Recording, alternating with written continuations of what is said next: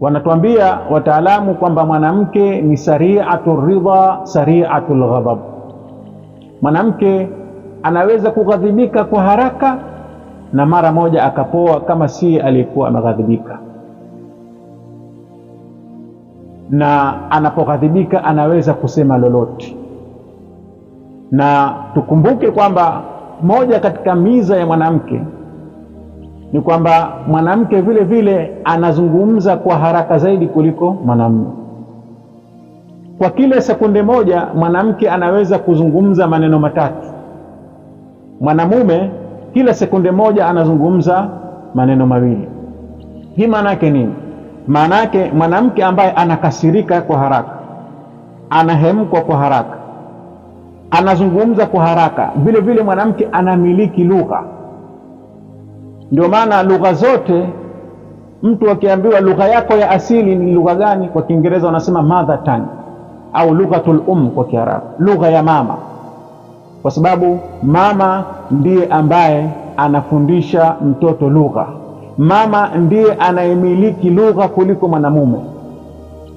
Kuna maneno ambayo ni ya kike tu katika lugha zote, hayazungumzwi na wanaume.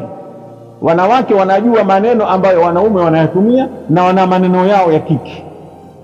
Sasa huyu kiumbe ambaye hachelewi kughadhibika kwa sababu ya mapigo yake ya moyo na damu yake kuwa nyepesi, kiumbe ambaye anazungumza maneno matatu kwa sekunde moja, mwanamume maneno mawili kwa sekunde moja, kiumbe ambaye anamiliki lugha, kiumbe huyu anaweza kusema lolote akighadhibika. Wacha kutoa talaka,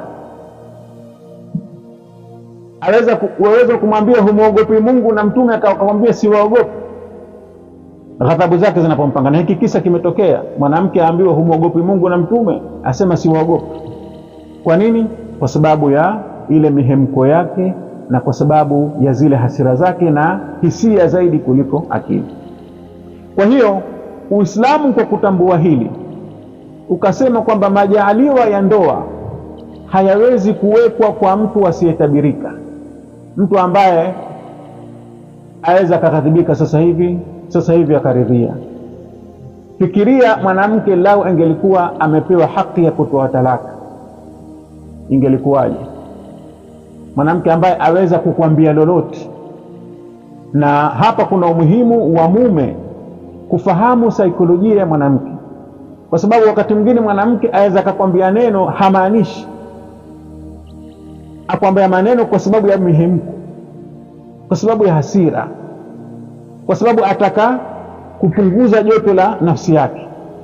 Mathalan, yatokea kisa mwanamke amwambia mumewe mtoto fulani si wako, ina maana alitoka nje ya ndoa yake. Hii si kweli, kwa sababu kama ni kweli mwanamke ametoka nje ya ndoa yake, hiyo ni siri ambayo atazikwa nayo kaburini. Haitotokea akwambie kwamba nilifanya hivi. Sasa kwa nini amesema? Amesema kwa sababu ya mihemko, kwa sababu ataka tu kukuudhi. Kwa hiyo Uislamu kwa kutambua hili ukasema mwanamke asipewe haki ya kuvunja ndoa. Haki ya kuvunja ndoa apewe mwanamume baada ya kufikiria na baada ya kuzingatia athari za talaka. Hii ni moja ya sababu.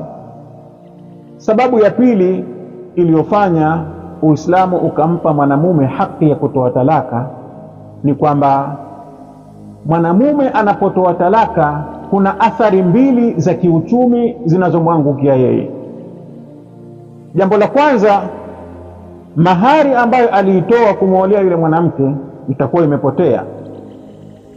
Ukishatoa talaka huna haki tena ya kudai mahari itakuwa imepotea.